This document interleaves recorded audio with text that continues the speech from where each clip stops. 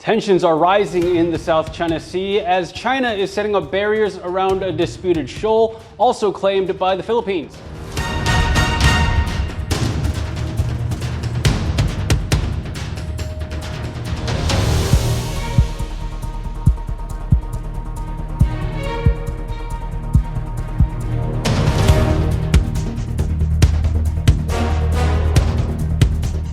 In the summer of 1982, the British task force sailing toward the Falkland Islands had a problem no admiral wanted to admit aloud. Argentine forces weren't just firing missiles at their ships, they were watching them, tracking them, building a picture of exactly where the fleet was, how fast it was moving, and where it was heading. That's what surveillance is for, not to fight a battle today, but to understand the battlefield before the fight begins. Fast forward to April 2026. Scarborough Shoal, South China Sea. A multinational military exercise involving 17,000 troops from 7 countries have begun. And right next door, China is doing something quietly, persistently, and deliberately. On April 10 and 11, 2026, Chinese vessels installed a 352-meter floating barrier at the entrance to Scarborough Shoal, confirmed by satellite imagery obtained by Reuters. Philippine Coast Guard spokesperson Commodore J. Tariela confirmed the deployment, reporting 6 Chinese maritime militia vessels inside the shoal and 3 more outside, holding a blocking posture at the entrance. Between April 5 and April 12, Philippine Navy spokesperson Roy Trinidad confirmed approximately 10 China Coast Guard vessels operating in waters near the shoal simultaneously. This wasn't the first alarm. Back in February 2026, Tariela had already flagged something more invisible and more troubling. Starlink connections aboard Philippine Coast Guard and fisheries vessels were repeatedly dropping whenever ships entered within 24 nautical miles of Scarborough Shoal. We believe this may be due to signal jamming by the People's Republic of China. This occurs consistently whenever our vessels approach or enter the 24 nautical mile range. Commodore J. Tariela. Now, Balikatan 2026, the largest edition of the U.S.-Philippines joint exercise ever held, has launched. 17,000 troops. 7 nations. April 20 to May 8. Exercise corridors in Zambales sit just 120 nautical miles from Scarborough Shoal. The timing is not a coincidence. This is Reconnaissance.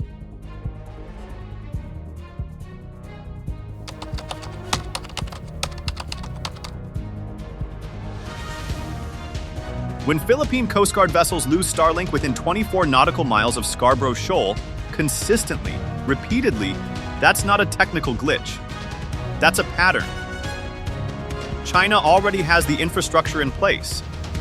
Satellite imagery has confirmed electronic warfare systems on both Subi Reef and Mischief Reef, well within operational range of the Balikatan exercise corridor. The Secure World Foundation's 2026 Counterspace Report noted that China's jamming capabilities in the South China Sea remain difficult to fully assess, but the geography tells its own story.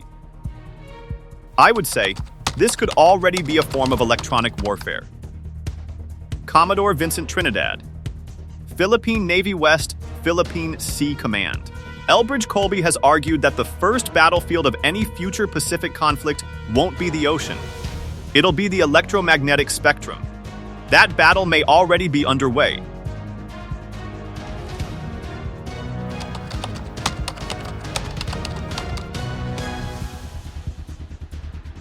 China doesn't escalate randomly. It escalates incrementally. 2012, China seizes Scarborough Shoal after a standoff with the Philippine Navy. Manila never gets it back. 2024, Philippine vessels report AIS signal jamming near Second Thomas Shoal. Commodore Trinidad calls it electronic warfare. February 2026, Starlink drops confirmed within 24 nautical miles of Scarborough. PCG flags suspected jamming publicly for the first time. Each step is calculated to stay below the threshold of armed conflict, what strategists call gray zone warfare. The Foundation for Defense of Democracies described it precisely. These incremental steps, while individually limited, cumulatively shift the status quo in Beijing's favor without triggering a kinetic response. Foundation for Defense of Democracies, April 2026. The numbers support this. 500-plus joint U.S.-Philippines military activities have been approved for 2026 alone, more than one per day. Graham Allison warned that rising powers don't announce their intentions. They reveal them through behavior over time. China's behavior at Scarborough Shoal has been remarkably consistent. The escalation isn't accelerating, it's accumulating.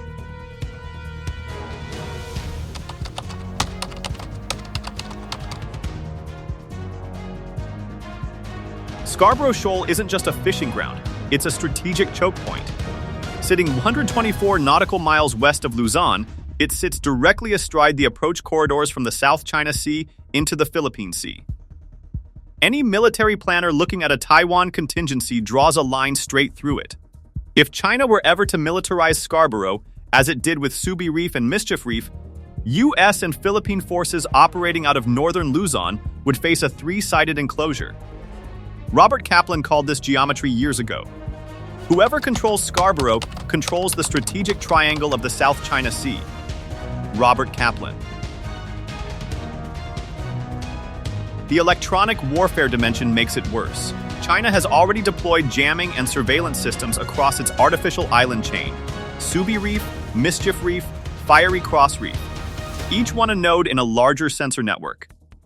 Balikatan 2026 includes anti-submarine warfare, integrated air and missile defense, and joint maritime strike activities, precisely the capabilities China wants to map. Every transmission during those exercises is potential intelligence.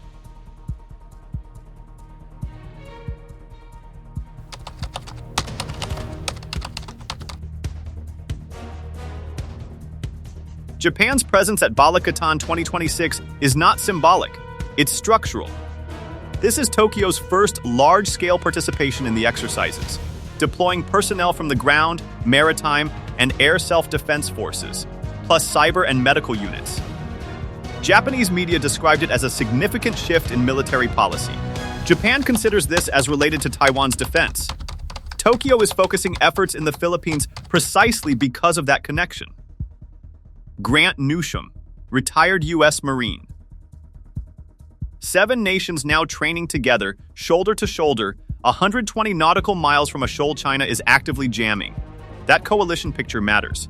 Because China's electronic warfare at Scarborough isn't just targeting Philippine vessels, it's probing the interoperability seams of an expanding alliance. Where do U.S. and Japanese communication systems connect? Where are the gaps between Philippine and Australian maritime coordination?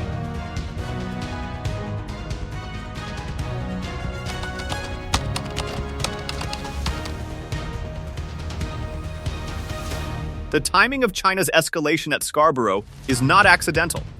The U.S. is simultaneously managing a naval blockade of Iran, an oil crisis, and a Philippines under a year-long state of national energy emergency. Diplomatic sources cited by Reuters noted fears that China may exploit perceptions that Washington is strategically distracted. The electronic warfare dimension carries global consequences beyond the South China Sea. The 2026 Secure World Foundation Counterspace Report confirmed that the US, Russia, and China possess the most significant anti-satellite and jamming arsenals on the planet.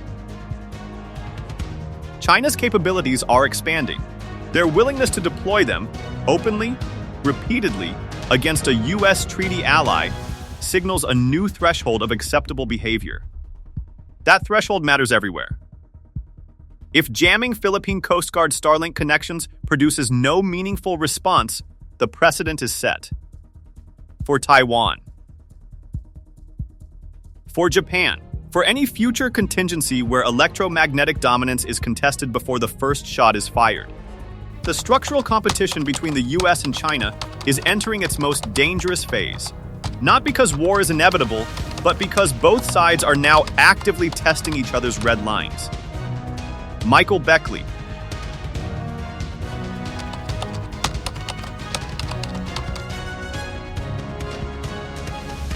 Here is the dilemma no alliance briefing has cleanly answered.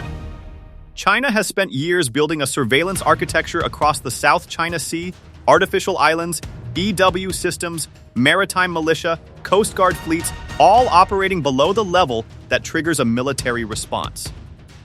Commodore Tariella confirmed the jamming. Satellite imagery confirmed the barrier. The Philippine Navy called it electronic warfare. And the response has been statements. The U.S.-Philippines Mutual Defense Treaty is designed for armed attacks, not for Starlink signals going dark within 24 nautical miles of a shoal. That legal gap is precisely where China operates.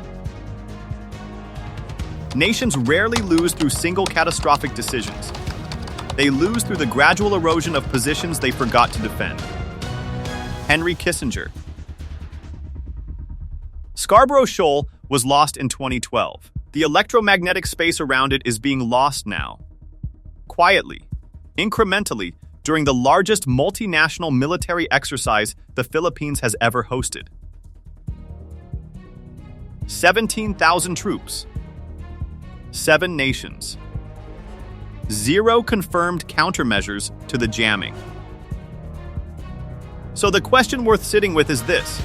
If China can surveil, jam, and probe a 7-nation coalition exercise from a shoal it was never supposed to control, what exactly does deterrence mean in the South China Sea anymore? And if nobody has a clean answer to that, Beijing already does.